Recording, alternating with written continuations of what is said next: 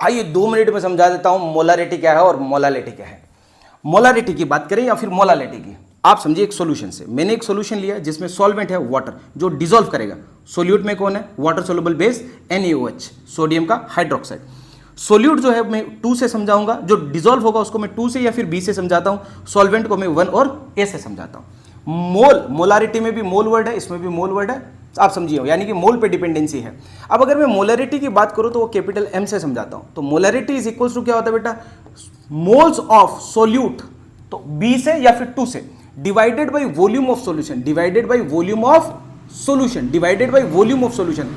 वहीं अगर मैं मोलालिटी की बात करूं तो मैं इसको स्मॉल m से समझाऊंगा, और उस स्मॉल m से समझाने के बाद ऊपर तो फिर से मोल्स ऑफ सोल्यूट है, जो कि NB समझा रहा हूं, डिवाइडेड बाई, यहां वॉल्यूम नहीं है, यहां क्या है? मास। यहां W, ये वेट मत बोलिए, मास है ये क्या है? मास। बट मास किसका? मास है ये सॉल्वेंट का, सॉल्यूशन नहीं है, याद रखिएगा।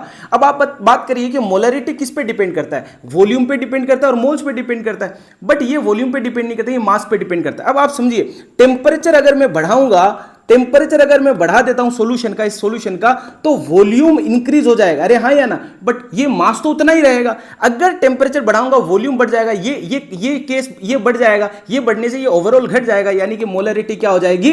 घट जाएगी। वहीं अगर मैं टेम्परेचर घटा दूं तो भैया वॉल्यूम क्या होने वाला है? वॉल्यूम घट जाएगा और मोलारिटी बढ़ जाएगी। यानी कि टेम्परेचर डिपेंडेंट है molarity, but molality temperature dependent नहीं।